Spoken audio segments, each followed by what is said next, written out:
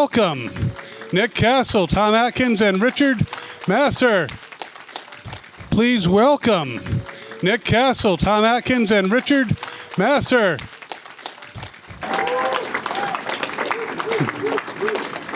You have microphones or switches on the sides. Let's flick those switches up and you should be good to go. Testing 1, 2, 3. Testing 1, 2, 5, 7, 9. Testing 1, 2, 3, 4. Don't listen to him. Aliquippa. Thank you. Yeah, you got to turn it on. Yeah, I'll use this one. Thank you guys so much for spending the time with us today. You are in some of the most iconic horror things. Nick, I know you've been here before. Have either of you other guys been in the Pittsburgh area? Not this one. Not this one. But have you been to Pittsburgh? Have you been to Pittsburgh? It's my first. I grew up here. It's my hometown, but it's my first Steel City Con. Welcome, welcome, welcome. This is Tom Atkins. He is Pittsburgh, my friend. Absolutely. So, everyone has a first horror movie. The first one that you actually joined. You've done other roles. When you looked at the horror movie script, how did you decide that this is what you wanted to do? How did you get into the horror genre? I know, Nick, you have a very odd tale on that, but why don't you sort us out? Yeah, I'll start because of the three of us, I'm the best actor. No, I'm the only person that isn't an actor that actually is a horror icon. And many of you know the story, so I'll go quickly. I was a film student with Mr. John Carpenter at the University of Southern California, and when he started doing his movies, I would hang around the set. And on this one, I said, "Hey, I'm going to hang around the set again." And he said, "Well, put on this mask. Let me see you walk." "Okay, you're going to be the killer." And I went, "Really?" And he went, "Yes." And that's the extent of my acting career. How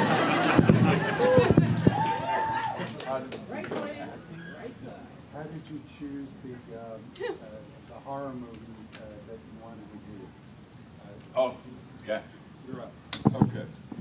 So I never chose to be in horror genre, but my former wife, Garn Stevens, was dear friends with Adrienne Barbeau, who was going with John Carpenter, and Adrienne said, "Come and see Halloween. It's a movie that John just made," and we went to see it, and it scared the shit out of my wife and her girlfriend and me. And afterwards, somehow getting to know John and just be with him, he ended up inviting me to be in The Fog, and it went from there. He's a wonderful director. So this is really the Garn Stevens story because Garn, Tommy's first wife, Tommy and I were friends since 1969 from theater. We did a Broadway show together. We've known each other all that time and loved each other. And he was married to Garn, and Garn and Tommy and John and Adrienne and I would sometimes get together at a gathering, and that's where I met John. And John called me in to talk to him about The Thing, the movie The Thing. Now, I grew up with The Thing from Another World. Like, I saw it in the theater. That's how old I am, okay? And I thought, oh, wow, they're remaking this. And I also had read the book, Who Goes There? So I was, like, totally into this. I read the script. I loved the script. I went in to meet with John. He said, "These characters are still available. Do you have one that you'd like to do?" I said, "I want to do the dog handler." He said, "Yeah, but he gets killed early, and really? Is that the way?" He doesn't say much. I said, "I love this guy. I love how he hates people. And how he loves the dogs." That's how I got into my first horror movie, which was The Thing. And I have another story, but it'll take too long to tell you. So I'll let it go there. Awesome. If you have questions, please pop on over here. We're going to make a line. Because these guys are great knowledge of an era where practical effects, instead of all the CGI, were just the rule of the day. Sir. Hey guys, how are you guys doing? I met you guys earlier, named Sheldon. For Tom, I've always wondered, as much as I've watched you in movies and whatnot, like Halloween 3, The Fog, Escape from New York, do you have a personal favorite movie that you were in? Do you have a personal favorite of these horror movies that you did? Night of the Creeps is my favorite. We just have more fun doing that than any other one I've done, although I really love doing The Fog. I love doing all of them, but Night of the Creeps was a pure-ass hoot. And we were down at some college south of L.A. and shooting around all these nubile college girls. And we were young in the day, back in the day. And it was just a lot of fun, and I had a lot of wonderful lines in the movie. That's my favorite.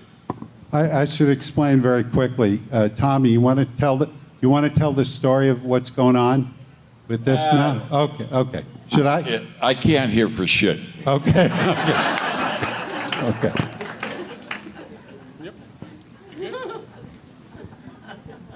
Thanks for the question.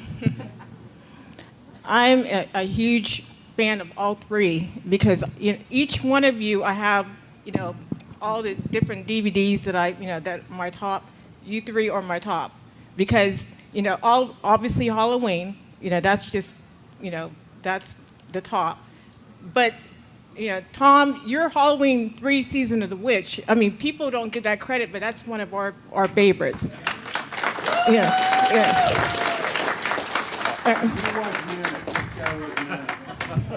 Yeah, they left him out. That's why it was so good.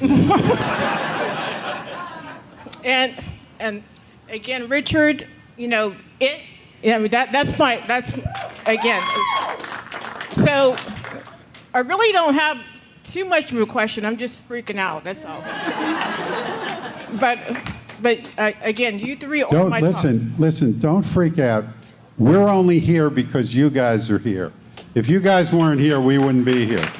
So thank you all for being here. I know you always thank us, but you got nothing to be nervous about around us. Okay, well, I'm actually going to have a question because I'm here. But, again, with John Carpenter, we met him last time. So how was it like to work with John Carpenter? And then also with Richard, what did you think about the update of it? Oh, we'll start over here with the handsome person on the left. As I mentioned before, I knew John as a film student with me, so he was just kind of buddies. So I never was in awe of his direction. I just thought, oh, here John's doing another movie. But for instance, when we were in film school, I was the cameraman on a project. He was the assistant cameraman. And then he would do his movie when he was a senior, and I would be the gopher for that movie. So we had that kind of relationship. So, it's always been buddy-buddy. And the fact that he invited me to be part of his career was very instrumental in me having a moderately successful career as a writer and a director. So, and when I come back from some of these conventions, the first thing I do is I call John and say, I owe you another free lunch. And we go out. So John should thank you for the free lunches. That's it. Those guys made a lot of music together, didn't you? Oh, yeah. Yeah. So working with John was pretty much a pleasure. He's not the most personable guy in the world, but he was nice to work with. He knew what he wanted, and he let you get there. And he did ask me once to do less. That he thought I was a little bit over with my acting, and he told me to step it back a little bit. And I always thought if I did that, I would just disappear. That nobody would know I was there, or even hear me, or anything. But he was a good director and a lovely guy and a wonderful musician. I was fortunate enough to go to the Homestead Musical Library or whatever the hell's wonderful old historical venue here in Homestead, and hear him and his son Cody and their band play stuff, movie stuff that John wrote. And it was a wonderful day. Wonderful. Okay, thanks. So for me, I was in John's first fully funded movie. I mean, it was his first high-budget film, maybe his last high-budget film, actually. And it was, I think, a very different experience than these guys had with him because, you know, it was a cast of, I forget now, I think 12 of us, and this was a great group of experienced character actors and a couple of young guys, but mostly experienced character actors.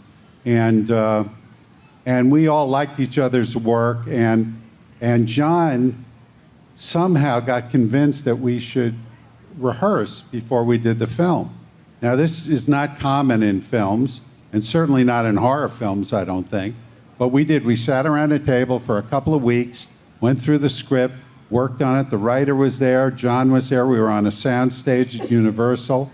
And we would come up with these little ideas, and we'd try stuff, and we were developing all these character dynamics between us. Again, very unusual, I think, for this particular kind of a movie. And at one point, shortly after the movie was released, someone asked John if he had anything he regretted about making the thing. And he said, I let them rehearse. I never should have done that. Because we kept holding him to all the stuff we talked about. Oh, no, this is how don't tell us to do that. Meanwhile, John had storyboarded every frame of the film, and sometimes we wouldn't do what he had on the storyboard, and it drove him nuts. And one day, I'll just tell you this is a true story. When we were shooting the scene where Charlie Hallahan's head comes off his body and drops on the floor and then goes scuttling out of the room, and Dave Clennett, who played Palmer, says, "You got to be fucking kidding me," okay? Which was the biggest laugh in the whole movie. We shot it. We shot all this stuff. Not that. That happened later, running across the floor. But we shot the scene, and John said, "Okay, that's it." And I said, "You didn't do a close-up on David Clennett." And he says, "What do you mean?" No, look, and he shows me the storyboard. He said, "That line's going to play over the head, crawling out the door." I said, "You have to shoot a close-up of Dave. It's the greatest line in the movie. You got to shoot it." And I just beat him up until he stopped, and he shot the close-up. And of course, that was the biggest laugh in the movie. You're welcome.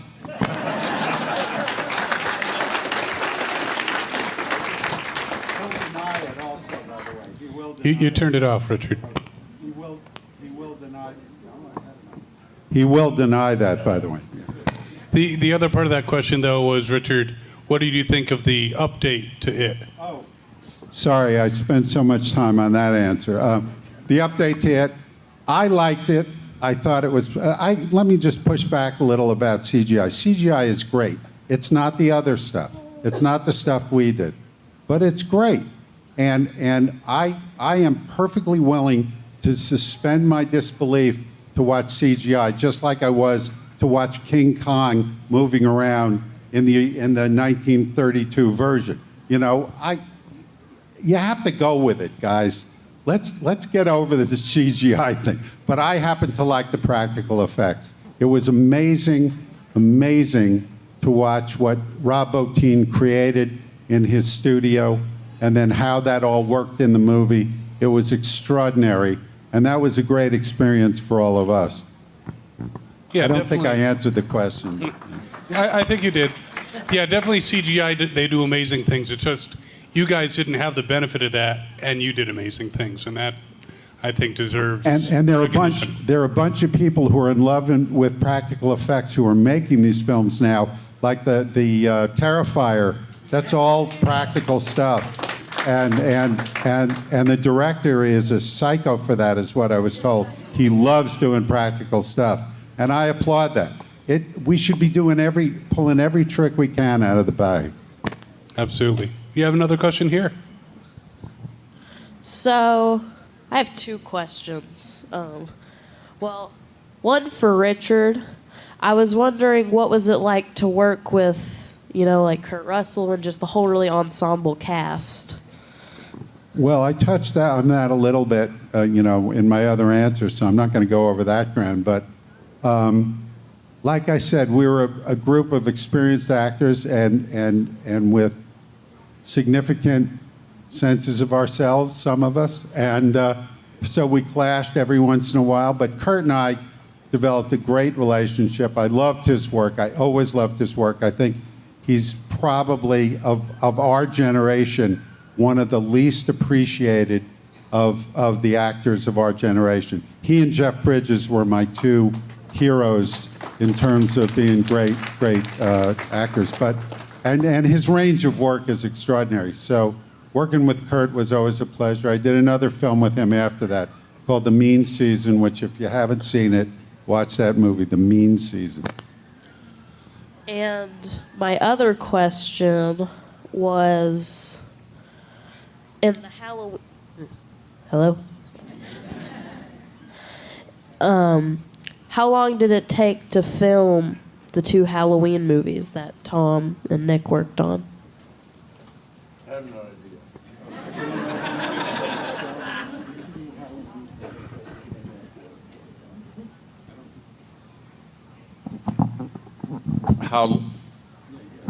How long did it take? Halloween 3? See, is it another Halloween movie? No. I think it was only Halloween 3. And how long did it take to film it? I don't know, a few weeks or so. Where did we do that? Halloween 3 was, oh God, it was a studio down in Hollywood and up in, Santa Maria, I think is the town, little town above Pasadena, and a bunch of places. Oh, and there's an old movie called The Body Snatchers, right? From the 50s. And we shot in a bar in that little town above Pasadena called the Buccaneer Bar, which we went there 5 years ago. It's exactly the same as it was in the 80s, and had a party there that night. But it's right kind of across the street from the square in the old Body Snatchers where they passed out all the pods out of the truck. It was terrific to be there. And I want to ask, how many of you are from Pittsburgh? Yeah. It's my hometown. I grew up here in Knoxville, Mount Oliver, went to Carrick High School, went to the Navy, went to Duquesne University, and then went to New York to be an actor, and met Dick a couple summers later. And I love Pittsburgh. I live back here now. I lived in New York and LA for a bunch of years, but then I moved back here, and I've been here longer than I was anywhere else. Thank you.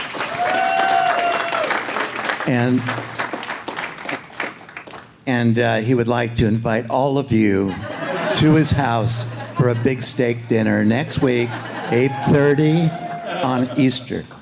As long as you're on the other side of the Squirrel Hill Tunnel. And he'll explain that to you later. The answer to how long the shoot was for the original Halloween was 20 days.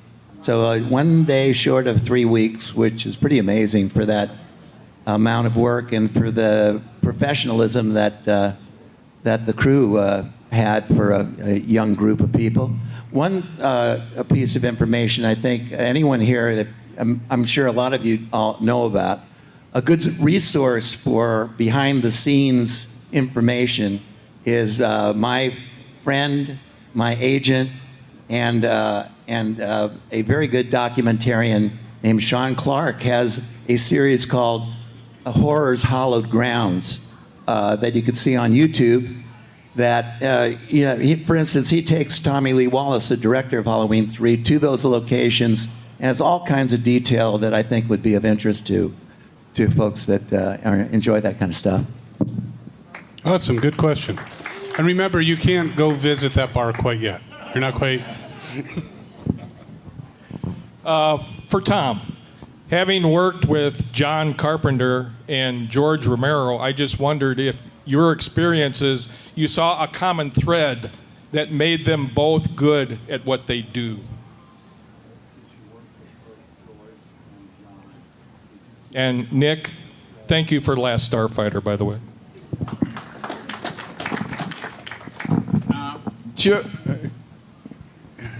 George and John are completely, totally different kind of men. John, like I said earlier, was not the most personable person I ever met.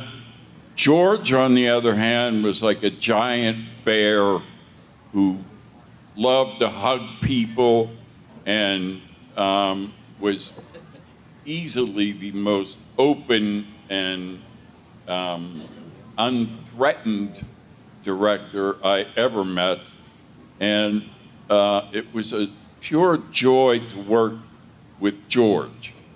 And their work turned out to be pretty much the same. I think they both basically knew what they wanted out of a scene and allowed you to get what they wanted out of the scene.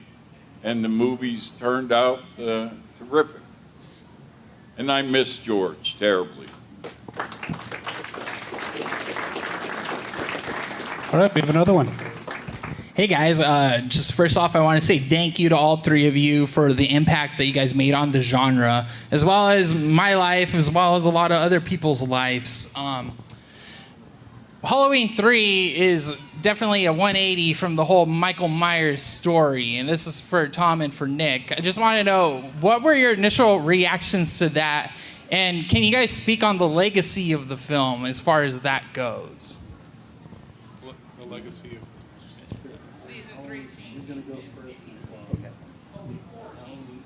As far as I was concerned, by that point, I'd gone off on my merry way directing my movies, and only peripherally was aware of what was going on with John and Tommy.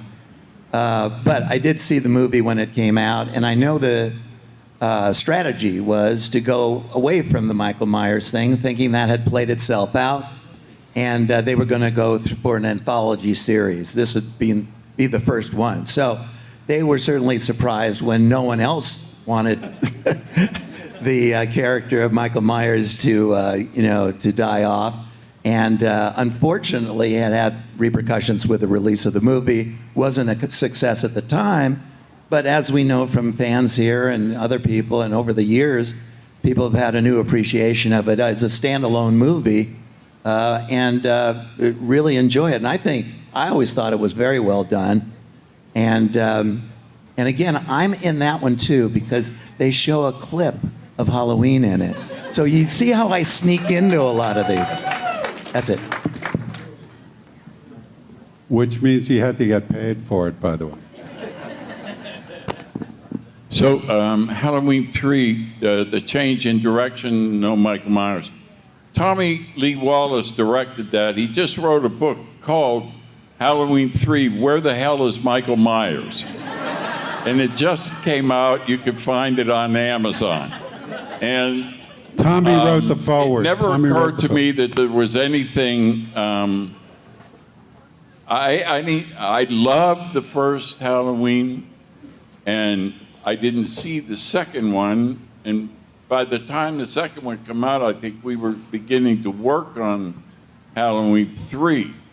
And it never occurred to me that people would be upset because there was no Michael Myers in it. But they sure let us know when they come up to us and say, "What the hell, I went to see Michael Myers and he wasn't in it. What's the matter with you?" And I eventually got to the point where I said, "I don't give a shit if you were upset about Michael Myers. He was never intended to be in the movie. And I think the movie stands alone on its own, and it's a good film." See my previous remarks about CGI, by the way. It's the same thing. Roll with it. Roll with it. Good question. Next. Hey, gentlemen, just want to say thanks for coming today from everybody. Nick, this one's for you. When you took the role as the Shape in the first Halloween, and it was just kind of handed to you, but did you ever think here many, many, many years later that Halloween would still be going and become like this huge ass thing now? I knew it right away. No, I had no concept. You know, this was a movie that I knew John was doing. His last one was a good movie, but didn't get a lot of play. His first movie was a good one called Dark Star and didn't get a lot of play. And so I was just hoping this would get him onto his next movie, not thinking it would be anything more than a cheap-ass horror film that, at the time, the genre wasn't very popular. And so, so to our surprise, obviously, it became a big hit and a big iconic thing. And, you know, it wasn't until about 10 years ago or so when this same person I mentioned before, Sean Clark, who's an agent for these kind of shows, came up to me saying, "Nick, we want you to go to a convention." I said, what are you talking about? What is that? And he explained to me the whole thing, and I resisted for a year or two, and I didn't understand you people. I didn't understand what you wanted of me. All I did was put on a mask. Come on, guys. But then I realized, for different reasons, it's a lot of fun to meet the person that was the original Michael Myers. I really got into it, and so that became really my introduction to the longevity of this character. But to answer your actual question, I had absolutely no idea that this could have this kind of staying power. But what does, really?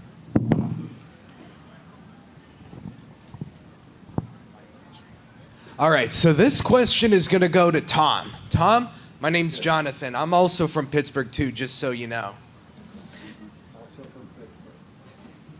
Oh, he's from Pittsburgh. Yep, born and raised. So the question I was going to ask you has to do with a film that we almost had coming our way 12 years back, but sadly never got to see because the directors that were on that project were, of course, Todd Farmer and Patrick Luzier, and sadly their time was occupied with Drive Angry at the time. So Tom, the film that they were going to do back then was going to be a follow-up to Rob Zombie's Halloween 2 called Halloween 3D. You've heard about that, right? Did you ever hear about a movie that was supposed to be made called Halloween 3D? Yes. Well, what happened? Yeah, I did. I heard about that movie. It was supposed to follow the Rob Zombie line of Halloweens. Yes. And Patrick Luzier had the idea of doing Halloween 3 and having me be a Dr. Kibner. That's the role that they were going to assign doctor. to you. Yeah, a doctor. Dr. Kibner. A doctor in a mental hospital.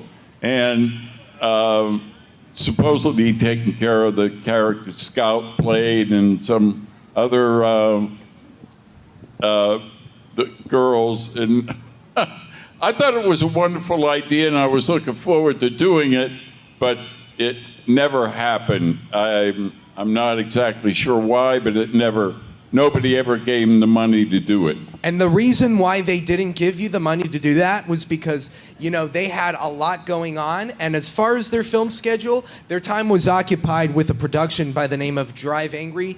It starred Nicolas Cage and Amber Heard. But, had they gone with Halloween 3D, we would have seen the return of the William Shatner mask. We would have seen you make a comeback to the franchise. We would have seen a batshit kind of crazy story. And it would have been really insane had we got what we almost had. And like, they didn't approach you for the film. They sort of did, but Do you want to come up here? I mean, Thanks a lot for your heartfelt comments on why the movie wasn't made. But we have nothing to do with any of that, and we can't help any of it. And if they ever get it made, there are a lot of movies that were really good ideas that didn't get made. but what if there was like, Let us move on to something else. wait a minute. What if there was a motion comic that was made based on that story? Okay, I think you're about to pitch something, and we're not going to do that now. Thanks for asking. I have a really hard time hearing, but I'm getting turned on when Dick starts whispering in my ear. It's scary. Hey, this is a family show.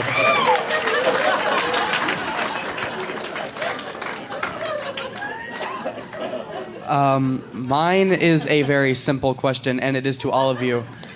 What was your favorite kill out of the movies you've done? Favorite kill.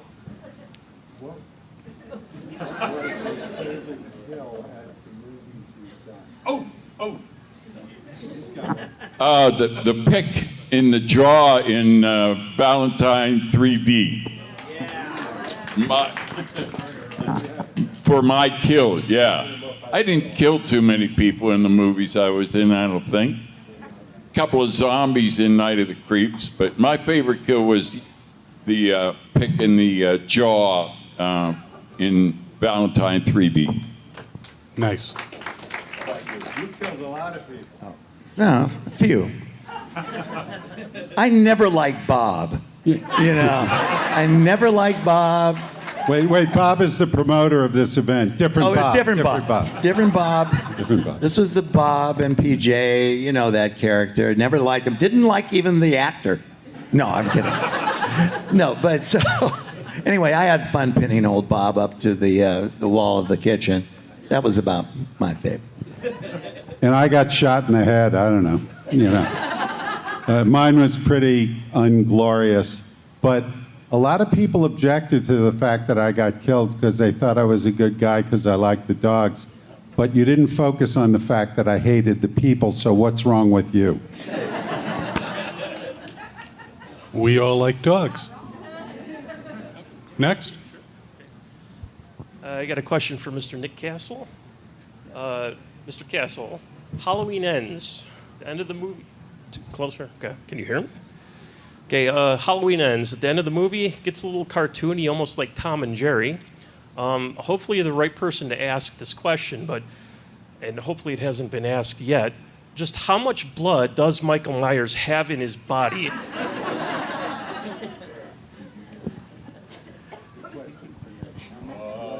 Yes.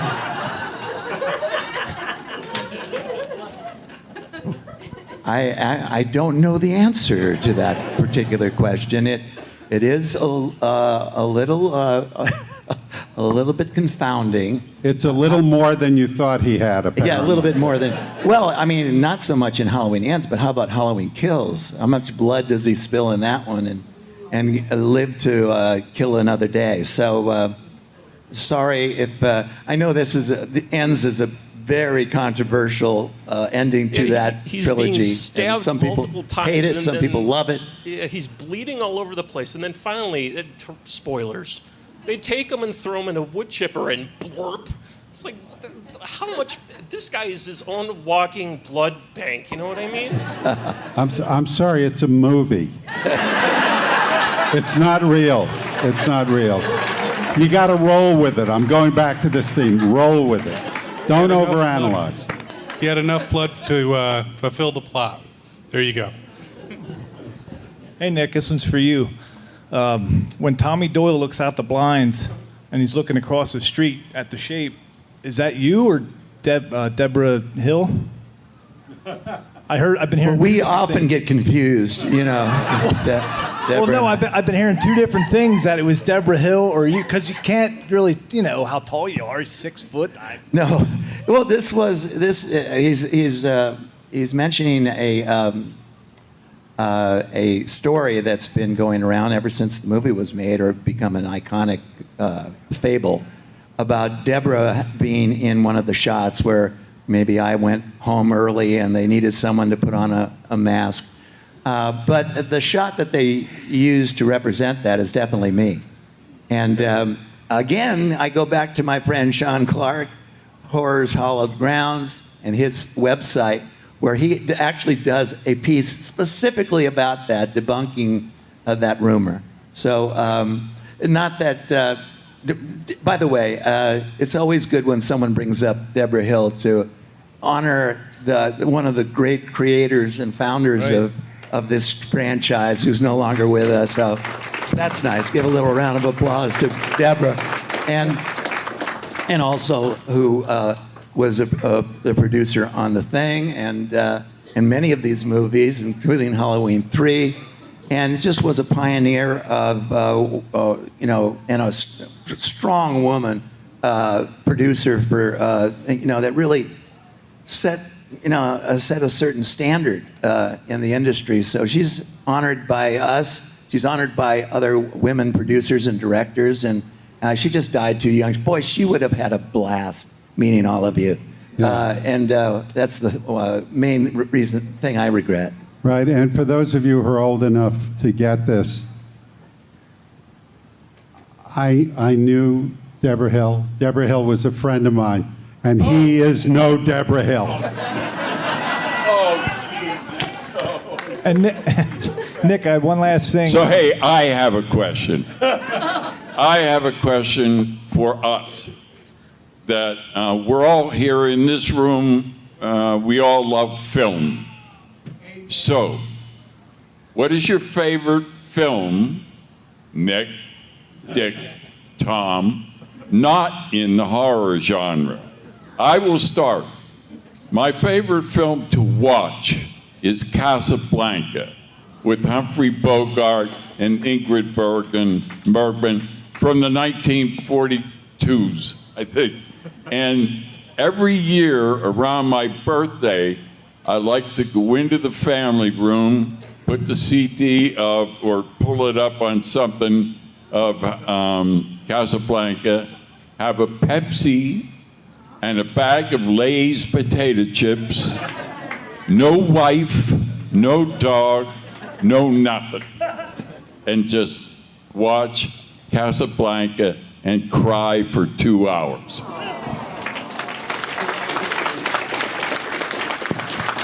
Well, my favorite is a 40s film as well. But, you know, my background is my father was a choreographer, so I grew up with the musicals. And I love that genre. And my favorite musical, probably of all time, there's some close seconds, is Meet Me in St. Louis with Judy Garland.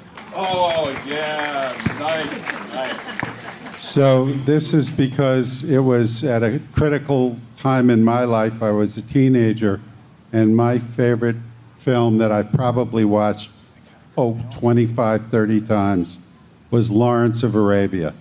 It's one of the most extraordinarily beautiful, visually conceived of films. I'm sure there are a lot of younger people in this room that have never seen it. Go stream it, look at it, strap yourselves in. It's really, really long. And in this day and age, it's really weird because there are a lot of white people playing a lot of Arabs. But there is one Egyptian playing an Arab, and he's great, Omar Sharif. But it has great performances by everybody, and just gorgeously conceived of, and endlessly entertaining and moving. All good recommendations. I think we're down to our final question, sir. for Tom, could you share any stories of working with James Garner? And for Nick and Richard, any other significant actor you'd like to? And we've done all the positives, but is there any movie for each of you that after the fact you'd say, oh, I wish I hadn't done that one? Two questions. What was it like to be working with James Garner? That's one question. Yeah. And the other one is there anything after the fact that you thought, oh, boy, I wish I hadn't done that movie? It was wonderful working with Jimmy Garner.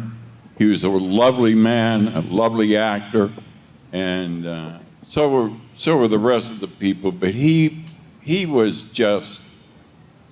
terrific, and we even got to do. I only did 6 or 7 of the episodics, but we did 3 movies of the week in the 90s. Where I was promoted from Lieutenant Alex Steele to Captain Alex Steele, and I got to shoot one out there when I took my wife and my son with me, and we're in the middle of a take, me and Jim having our usual combative scene with each other. I'm going to throw you in the slammer. No, you're not. I'll call Beth. She'll get me out, and all of a sudden, I hear over the speaker my son's voice saying, Rockford Files, take 3, scene 24, pages 1 and 2. Charlie Apple. Yeah. For those of you who don't just understand, cracked me up. And Jim was in on it, and he laughed, and it was a lovely experience. I loved him. And there was a second part of this? is there anything that you did, a film or a TV show that you wished afterward you hadn't done? No. I loved every job I ever got. I was always thankful for any job I ever got, and I never regretted any of them. For those people who didn't understand what Tom was talking about, back in the day of film as opposed to digital, but even on digital we use this. There's a thing called a clapper. You've seen this a lot of times. And on the clapper, on the slate is written the name of the picture, the director, the scene number, the setup letter, okay, and the take number. And that's what he was reading off. So his son was reading what ordinarily the camera assistant would read before they go click, and they did that to be able to sync the film. Okay. Oh, what movie would I have liked to forget? How did you like working with James Garner? Oh, how I like with James Garner. I remember working with him while I was watching him. No, in movies. No, I never worked with James. The one movie that really sunk my career was Mr. Wrong with Ellen DeGeneres and Bill Pullman. And it is forgettable. And it wasn't just your career, my friend. And right after that, Ellen decided to be gay. So really, I take all the credit for her career going forward. Because if she had been an ingenue, straight female actress, she probably would have got 3 or 4 more parts. But she went on to be, of course, a wonderful TV, whatever you call those people, talk show host. And a lovely person, by the way. I also never worked with James Garner. I take great pride in that. No, I met him once. We were both going through customs into Canada to work on different movies. And when we used to only make movies in Canada for reasons that are way too long to go into here. And he was a darling man. He was very, very nice to me, and I was happy to meet him. And in terms of, I'm gonna cop to Tommy's answer. I'm always, always grateful for the job. There are some movies that I'd rather people didn't see, but I didn't regret making them because it paid my bills, and it's what I do for a living, and it was all good. But thank you for the question. And thank you all for spending this time with us. Everyone give them a big round of applause. Thank you. You've been great. Thanks a lot very much. Thank you, guys. Thanks a lot. Keep it going. They're still in the room.